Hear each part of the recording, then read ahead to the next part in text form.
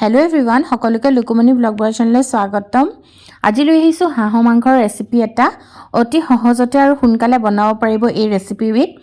আৰু আশা কৰোঁ আপোনালোকে ৰেচিপিটো চাই ভাল পাব। যদি ভাল পায় এটা কমেণ্টত জনাব ৰেচিপিটো চাই কেনেকুৱা পালে। আৰু যিসকলে নতুনকৈ চেনেলটো চাই আছে প্লিজ চেনেলটো ছাবস্ক্ৰাইব কৰি দিব, লগতে বেল আইকনটো টিপি দিলে আহিবলগীয়া ভিডিঅ'সমূহৰ প্ৰথমতে ন'টিফিকেশ্যনটো পাব। তো বলক এতিয়া ৰেচিপিটো আৰম্ভ কৰোঁ। আজি হাঁহৰ মাংস বনাম হয়নে? আৰু হাঁহৰ মাংস এয়া 1 কেজি ওচৰা-ওচৰি লৈ লৈছোঁ। তাতে 1 চামুচ আদা নহৰু পেষ্ট দি দিছোঁ। এইখিনি 1 চামুচ হোৱাই নাই আৰু দিব লাগিব। আৰু দিব লাগিব মানে টোটেল 2 চামুচ, যিহেতু 1 কেজি হাঁহ আছে। একদম চিম্পলকৈ সহজভাৱে বনাই দেখাম হাঁহৰ পিছত আৰু দিব নালাগে আৰু পিছত আৰু দিব নালাগে। ইয়াত দিলোঁ। তাৰপিছতে ইয়াতে কমেও 6টামান পিঁয়াজ কাটি থোৱা আছে শ্লাইচকৈ। এইখিনি আধা ইয়াত দিম আৰু বাকীখিনি তেলত দিম। আৰু ইয়াতে এতিয়া মছলা দি যাম। প্ৰথমতে হালধি পাউডাৰ হাফ টিস্পুন দি দিব। তাৰপাছতে ধনিয়া পাউডাৰ 1 চামুচ আৰু 1.5 চামুচমান দি দিছোঁ। এনেকৈ বনাবচোন, একদম সহজ। আৰু জলকীয়া গুড়ি পাউডাৰ হাফ টিস্পুন, বেছি নাই দিয়া। জলকীয়া ফালি দিম যে। লগতে জিৰা পাউডাৰো হাফ টিস্পুনে দিব। এয়া তাৰপিছত আপোনালোকে এইকেইটা দিয়ে নে নিদিয়ে নাজানো, মই দিওঁ, খাই ভাল লাগে। চিকেন মছলা এনেই অলপ আৰু অকণমান আৰু দেই। তাৰ পাছতে এইটো হৈছে মিট মছলা, তাৰো অকণমান দি দিছোঁ। টেষ্টটো ভাল আহিব। আৰু কাশ্মীৰী ৰেড চিলি পাউডাৰটো একেবাৰে অপশ্যনেল, দিব বিচাৰিলে দিব, এনেও কালাৰটো নোলাবই বাৰু, তথাপি দিছোঁ আৰু মানে টেষ্টটো ভাল হয়, বেছি জ্বলা নাথাকে। আৰু মেইন বস্তুটো মইখিনি প্ৰথমতে এবাৰ মাৰি লওঁ, অকণমান হাতেদি অকণমান মিক্স কৰি ল'ব। মিক্স কৰি লওঁ মছলাখিনি। চাওক পূৰা মাৰিব লাগিব দেই।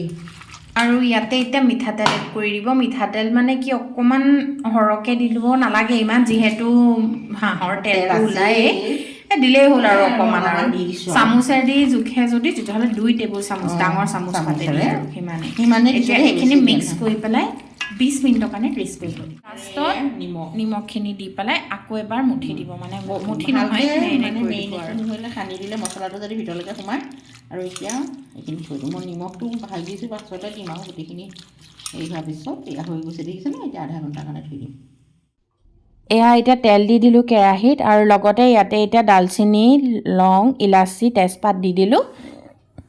কাটি ৰখা পিঁয়াজখিনিও ইয়াত দি পেলাই অকণমান ভাজি ল'ম। যেতিয়া পিঁয়াজখিনি অকণমান ৰংটো চেঞ্জ কৰিব, অলপমান লাইট ব্ৰাউন হৈ যাব, তেতিয়া ইয়াতে এতিয়া হাঁহৰ মাংসখিনি এড কৰি দিম।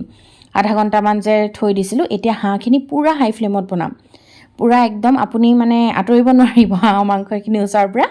গেছটো পূৰা ফুল দি পেলাই ইয়াতে এনেকৈ ভাজি থাকিম।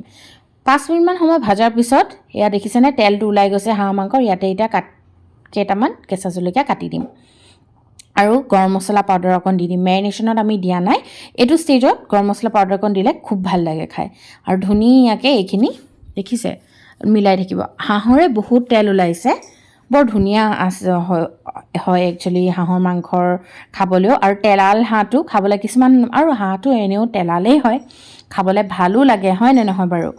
এয়া চাওক বৰ ধুনীয়াকৈ একদম তেলটো ওলাই আহিছে, দেখিছে? একদম এনেকুৱা ষ্টেজতো কিছুমানে একদম মানে হাঁহৰ ভজা মাংস বুলি যে কয়, এনেকুৱা ষ্টেজতো খাব পাৰি। এতিয়া আমি কি কৰিম, 10 মিনিটৰ কাৰণে এইখিনি পূৰা ল' মিডিয়ামত ঢাকি ৰাখি দিম, যিহেতু হাঁহটো সিজিব লাগিব ন। আৰু এয়া দেখিছেনে পূৰা একদম ল' মিডিয়ামত থৈ দিছোঁ। হাঁহৰ ইমানেই তেল ওলাইছে, তেলখিনিতে মাংসখিনি একদম সিজি গৈছে। সিজি দেখিছেনে পূৰা একদম হাৰ্ডিৰ পৰা মাংস ওলাই আহিছে। খুব ভাল আছিলে হাঁহখিনিৰ ওপৰতো ডিপেণ্ড কৰে দেই। আৰু এইখিনি ষ্টেজতো দেখিছেনে পূৰা একদম ভালকৈ হৈ গৈছে। এইখিনি ষ্টেজতো আপোনালোকে খাব পাৰে ইচ্ছা কৰিলে ভজা হাঁহৰ ভজাকৈ। কিন্তু আমি যিহেতু অকণমান ভাতৰ লগত খাম, তো সেইকাৰণে অকণমান জোল এনেকৈয়ে ৰাখিম। ইয়াতে আৰু কোনো ধৰণৰ পানী ব্যৱহাৰ নকৰোঁ, আমি এনেকৈয়ে সিজাই থাকিম ল' মিডিয়াম ফ্লেমতে। হাঁহৰ তেলতেই গোটেই মাংসখিনি হ'বলৈ দিম। আৰু এনেদৰে হাঁহৰ মাংসৰ ৰেচিপিখন আমাৰ তৈয়াৰ হৈ গ'ল। আশা কৰোঁ আপোনালোকে ৰেচিপিটো চাই ভাল পালে। আকৌ লগ পাম এটা নতুন ৰেচিপি লৈ, তেতিয়ালৈকে bye bye. Thank you for ৱাচিং।